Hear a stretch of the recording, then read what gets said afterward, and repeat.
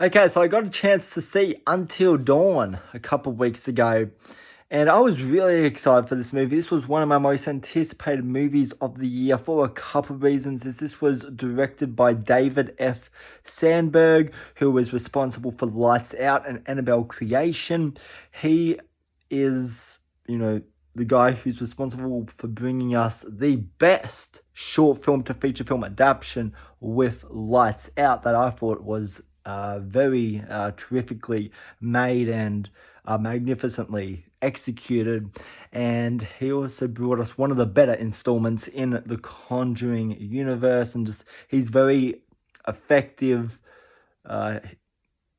when he's crafting his scares and with creating atmosphere. He is a horror master, in that sense. As he is one of the better horror directors out there nowadays.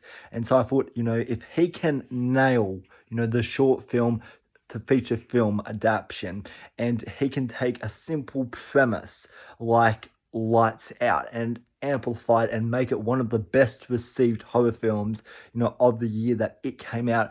Surely from heaven to earth, he can break the video game to movie curse.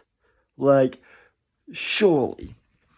So yeah, let's get into it. So is Until Dawn, another movie in the long range of bad video game movies, or does this movie actually manage to break through and bring us one of the best video game to movie adaptations we have seen on the big screen? Let's get into it right now. So, starting off with a quick plot summary, is this film is about a group of characters. John Doe's sister is missing, and so they go to this cabin in the middle of the woods, and and they start dying, and then they find out that they're in a time loop, and so they have to find a way to break this time loop, as well as finding answers to the main character's sister's disappearance. And there is a lot of blood and gore along the way. And so now jumping right in to my positives for the film, and the biggest positive I have for Until Dawn is jumping off what I just said, is the carnage candy, is the glorious blood fest and blood splatter that this movie displays. This film does not hold back with its kills. This film 100% goes for it. And it is very violent. There's a sequence that takes place in a bathroom, and I thought that was the best scene of the entire movie. I thought the level of detail, on the gore, was really good. The practical aspects of it, look really good, and luckily a lot of the kills in this film and a lot of the creature makeup, it is practical, it is on screen. So I do also praise the movie and praise the makeup department, in that regard as well. But if this film doesn't deliver a whole lot for you, I can almost guarantee you that you will walk out happy, if you are a gorehound, because this film has you covered with spades and spades and spades of blood. So look forward to that. It's a good-looking movie. It's a well-shot movie. This is a Sony production, so we kind of come to expect that their movies have a certain, have a certain kind of value to them, and so, to say it's a good-looking movie isn't really, much of an achievement, but yeah, it is a good-looking movie. There are some cool, visuals throughout the movie. There's some some effective scenes regarding shadows and darkness and flickering lights that I thought was effective. Um, there's there's some lore that they bring over from the video game to here regarding the Wendigo from the video game that that I thought was all right. That was tough to say. Um, what else can I say here?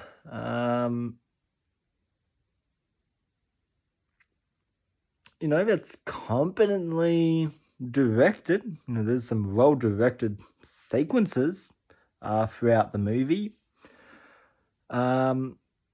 Yeah, and that's about it for where my positives end for this movie. So now jumping right into my negatives, and I'm going to kick this off with the thing that absolutely grinds my gears, that I hate that this movie did this. But jump scares. Jump scares. Jump scares. Fucking jump scares. Bah! Bah! That shit is not scary. Fuck off, okay? This movie is just jump scare after jump scare after jump scare after jump scare. The reason why this movie is a jump scare fest is because this story is very repetitive. This is a very one-dimensional story. Like, okay, here's the basis of the story. This is characters dying over and over again in different subgenres of horror. Oh, yeah, wow. What an immersive, three-dimensional story right there. Bullshit. This movie gets boring very quick because while it's a different scenario every time, anyone who has seen the trailer or has seen any horror movie knows what the outcome is going to be for the first hour of this movie. It's just going to be them dying repeatedly upon repeatedly, again and again and again and again and again and again. That's not a surprise. And so, it's cool. This is one last positive I can say regarding the movie, is it's cool that this movie is Groundhog Day for horror fans. I like that approach where this film, brings a variety of different genres into it. You have slasher, you have possession, you have supernatural. This does have a wide variety of of horror genres, and I think if you are a fan of a particular genre, 9 times out of 10 it is going to be in here, and I think for the most part you are going to be pleased with how that genre is handled, because this film does play with a lot of the tropes and the cliches of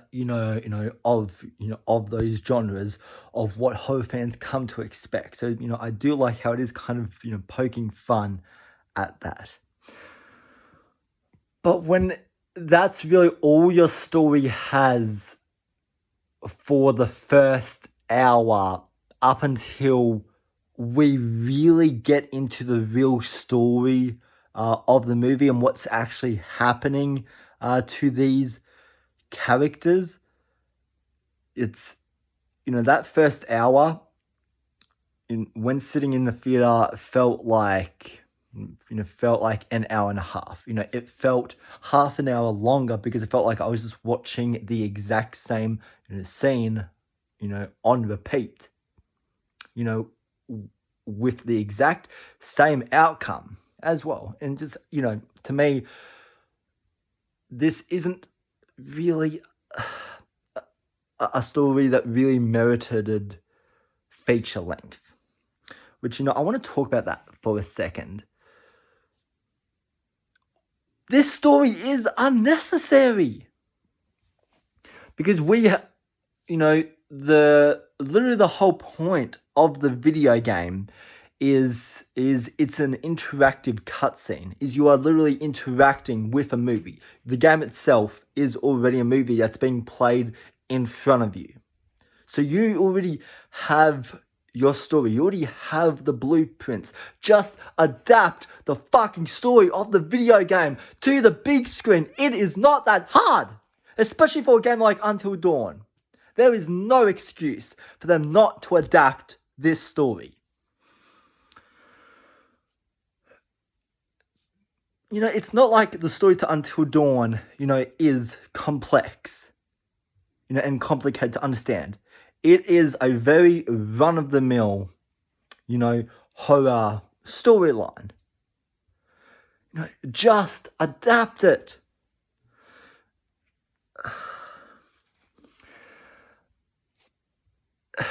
It's not that hard, especially for something like this. But anyways, my rant is over on that. You have a movie called Until Dawn. Appeal to the video game fans. Give them a faithful adaptation of the Until Dawn storyline. Don't make up a completely new storyline. Anyways, I am done talking about that. The characters in this film. This is no surprise, but the characters, are just numbers adding to the kill count. These, are characters that are there to die. There's no personality. There's no, latching onto these characters so their death is more, impactful. Which, then having shitty characters with no personality also results in no tension. Is because, towards, the last 30 minutes when this film, really, kicks into gear, you don't care shit for these characters. They make the most idiotic fucking decisions, in this movie, that by the end of the movie, I am like, die, just die for real, just so I don't have to witness watching you. Like, I want you dead. Stop reviving.